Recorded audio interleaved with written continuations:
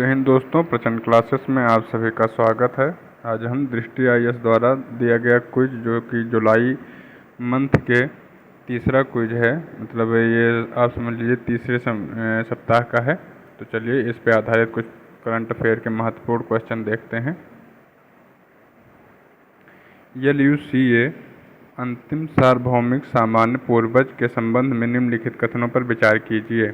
LUCA एक सूक्ष्मजीव था जो लगभग 4 बिलियन वर्ष पूर्व पहले पृथ्वी पर मौजूद था।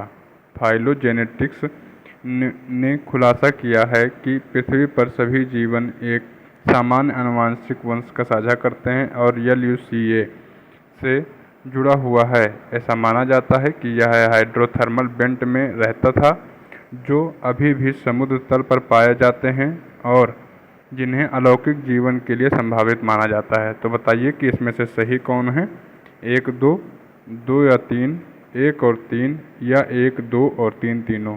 तो देखिए इसमें चौथा सही हो जाएगा, 1, 2 और 3, इसमें तीनों चीज़ें सही हैं। लूका एक सूक्ष्मजीव था जो कि 4 अरब वर्ष पहले पृथ्वी पर पाया जाता था। शोधकर्ताओं का मानना है कि जीवन की जो 3 शाखाएं हैं, बैक्टीरिया, आर्किया और यूकेरिया, तो इनकी उत्पत्ति लूका से ही हुई है। ठीक है, ये इसका देखिए फिगर बनाया गया है कि लूका से ये देखो कैसे बनते हैं। एक आर्किया बन गया, बैक्टीरिया, और बाद में कुछ शाखाएं बैक्टीरिया की और आर्किया की बन के क्या बना लेंगी? यूकैरियोटिक। ठीक है, यूकैरियोट्स। देखिए ऐसा माना जाता है कि यह हाइड्रोथर्मल वेंट में रहता था। कहाँ पे? हाइड्रोथर्मल वेंट में रहता था जो आज के समुद्र तल में पाए जाते हैं और इन्हें ब्रह्मगर्भीय जीवन के लिए क्या माना गया है? संभावित आवास माना गया है। ठीक है, चलिए दूसरा क्वेश्चन देखेंगे। संयुक्त राष्ट्र पर्यावरण कार्यक्रम UNEP से संबंधित है।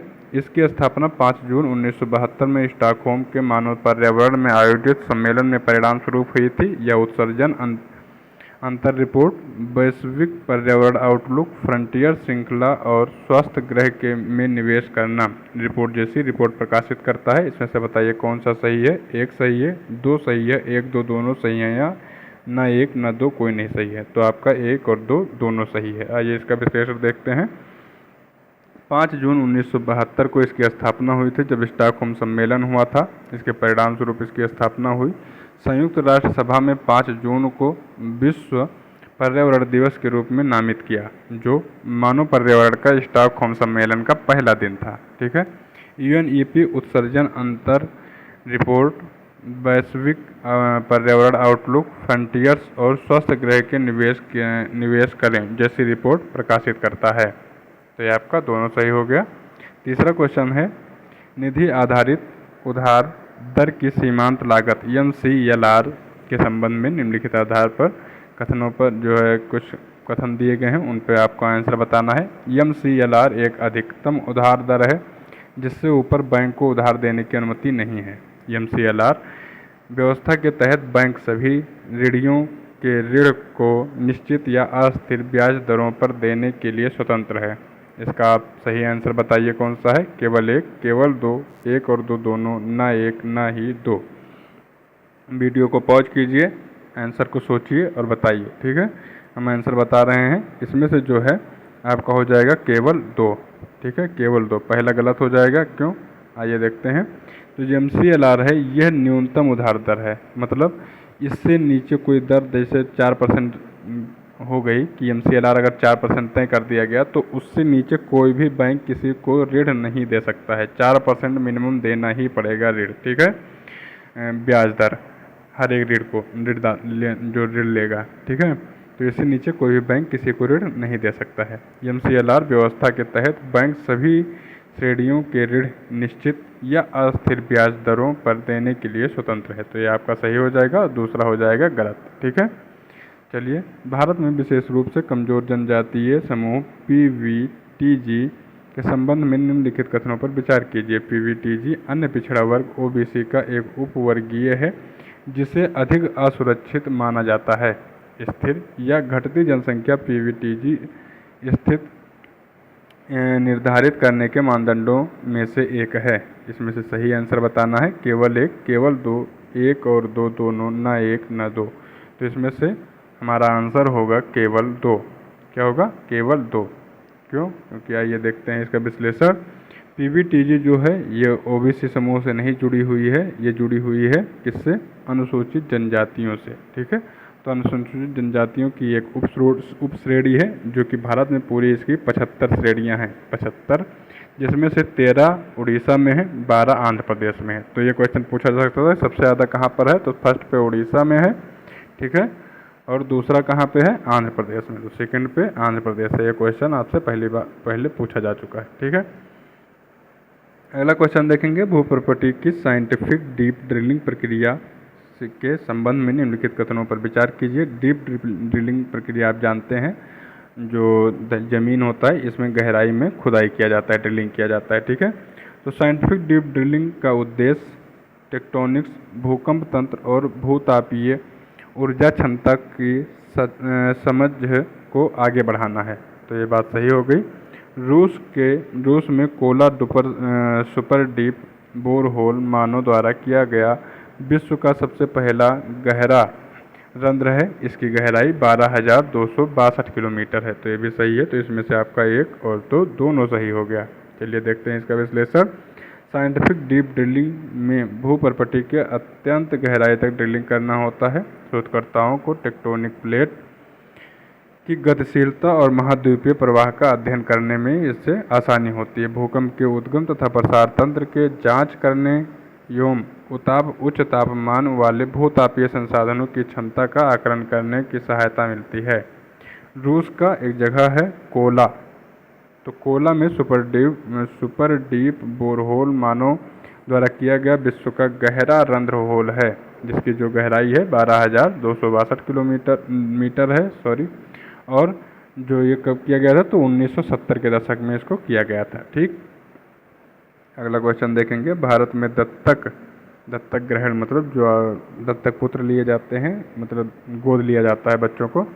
दत्तक ग्रहण की स्थिति में संबंध में निम्नलिखित कथनों पर विचार कीजिए। भारत में दत्तक ग्रहण की प्रक्रिया 2 अधिनियमों, हिंदू दत्तक तथा भरण पोषण अधिनियम 1956 और किशोर न्याय अधिनियम 2015 से विनियमित है। सामाजिक न्याय और अधिकारिता मंत्रालय के तहत केंद्रीय दत्तक ग्रहण संसाधन प्राधिकरण CARA गोद लेने की प्रक्रिया को नियंत्रित करता है। अब बताइए इसमें से कौन सा सही है? केवल एक, केवल दो, न एक न दो, या एक और दो दोनों। तो देखिए पहला सही है और दूसरा हो जाएगा गलत। कहना है पहला सही है। ठीक है, आइए इसका विश्लेषण देखेंगे। भारत में दत्तक ग्रहण प्रक्रिया जो है वो 2 अधिनियम, हिंदू दत्तक तथा भरण पोषण अधिनियम 1956 तथा किशोर न्याय अधिनियम 2015 द्वारा विनियमित है।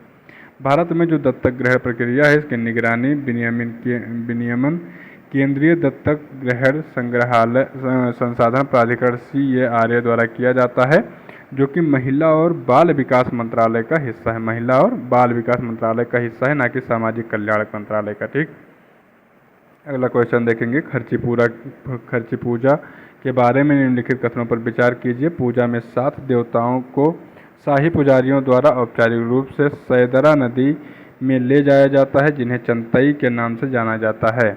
यह त्रिपुरा में आदिवासी और गैर आदिवासी दोनों समुदायों द्वारा मनाया जाता है। सही आंसर बताना है, केवल एक, केवल दो, एक और दो दोनों, न एक न दो। आप वीडियो को पॉज कीजिए और आंसर बताइए। ठीक है, हम आंसर बता रहे हैं। इसमें है आपका सही केवल 2। क्यों? क्योंकि यहाँ पे 7 देवता नहीं होते, 14 देवता होते हैं। चलिए आंसर देखते हैं, विश्लेषण इसका। पूजा में 14 देवताओं को चंताई नाम से जाना जाता है। चंताई के सदस्यों द्वारा सैदरा नदी पर ले जाया जाता है। वहाँ देवताओं के पवित्र जल से स्नान कराया जाता है और वापस फिर मंदिर में लाया जाता है। त्यौहार के दौरान त्रिपुरा के लोग 14 देवताओं के साथ साथ पृथ्वी माता की भी पूजा करते हैं। यह आदिवासी मूल के त्यौहार है, बट इसमें जो है आदिवासी और गैर आदिवासी दोनों लोग इसमें शामिल होते हैं। नेक्स्ट क्वेश्चन है, निम्नलिखित युग्मों पर विचार कीजिए। तांगसेरी केरल, कॉप बीच कर्नाटक और अगुवाड़ा किला गोवा। एक तरफ लाइट हाउस या दीप स्तंभ दिया गया है, दूसरा दिया हुआ है राज्य। तो कौन सा दीप स्तंभ किस राज्य में शामिल है?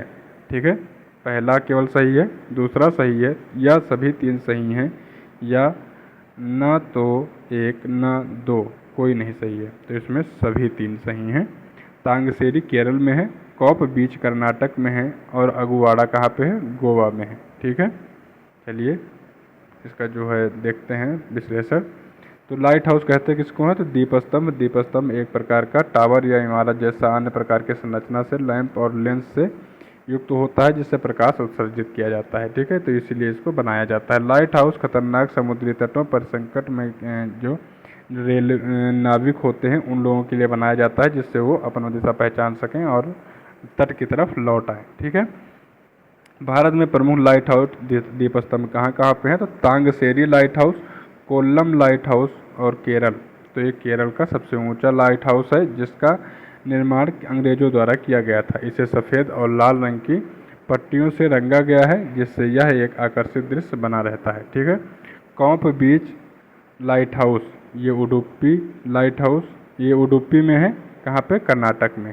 ठीक है, कौंच बीच लाइट हाउस ये उडुपी में कर्नाटक में है। इसका मूलतः निर्माण 1901 में अंग्रेजों ने किया था और विगत कुछ वर्षों में इसमें सुधार किए गए हैं जिसमें विभिन्न लाइट हाउस उपकरण स्थापित किए गए हैं।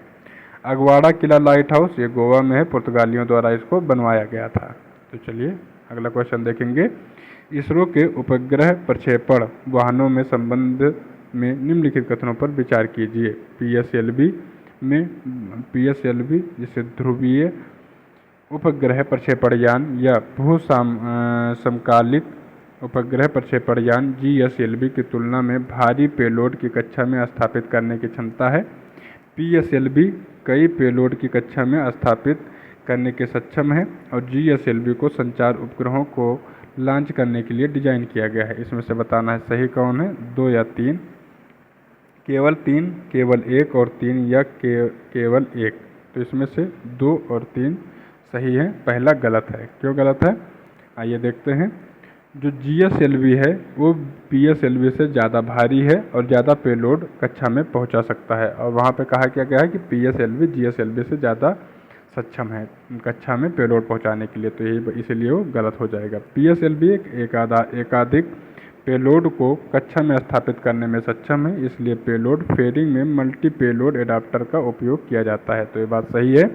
और जीएसएलवी को संचार उपग्रहों को लॉन्च करने के लिए डिजाइन किया गया है। तो ये जो है तीसरी बात भी इसकी सही है। बहुक्षेत्रीय तकनीकी और आर्थिक सहयोग के लिए बंगाल की खाड़ी बिम्स्टेक के संबंध में निम्नलिखित कथनों पर विचार कीजिए। यह एक क्षेत्रीय संगठन है जिसमें 8 सदस्य देश शामिल हैं जिसमें से 6 दक्षिण एशिया से और 2 दक्षिण पूर्व एशिया से हैं। यह उप क्षेत्रीय संगठन वर्ष 1997 में ढाका घोषणा द्वारा गठित किया गया था। बिम्स्टेक का सचिवालय ढाका बांग्लादेश में स्थापित है। तो इसमें से बताना है सही कौन सा है, तो इसमें से केवल 2 और 3, केवल 1 और 3, केवल 3 या केवल 1। तो इसमें से सही है केवल 3। आइए इसका विश्लेषण देखेंगे।